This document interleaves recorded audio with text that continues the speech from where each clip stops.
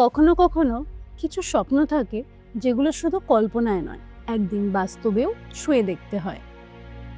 পাহাড়ের সেই ডাক শুনেই বেরিয়ে পড়েছিলাম এক অজানা পথের উদ্দেশ্যে। স্বপ্ন, এক্সাইটমেন্ট আর একটুখানি সাহস নিয়ে। আঁকাবাঁকা পাহাড়ি রাস্তা, কুয়াশা ঢাকা পথ, সবুজ পাহাড়ের মাঝখান দিয়ে বয়ে যাওয়া নদী, আর ভারতের সীমান্তে বরফের সেই ছেয়ে যাওয়া অরুণাচল প্রদেশ আর আমাকে এক নতুন সম্পর্কে বেঁধে নেয়। আর এই হলো সেই স্বপ্ন, যার নাম তাওয়াং।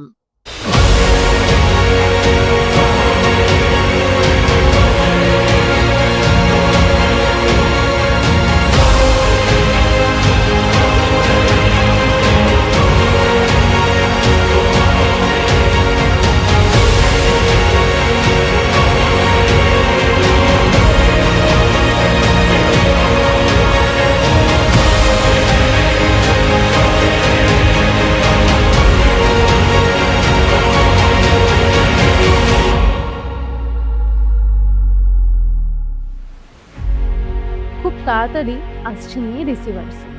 রেডি তো?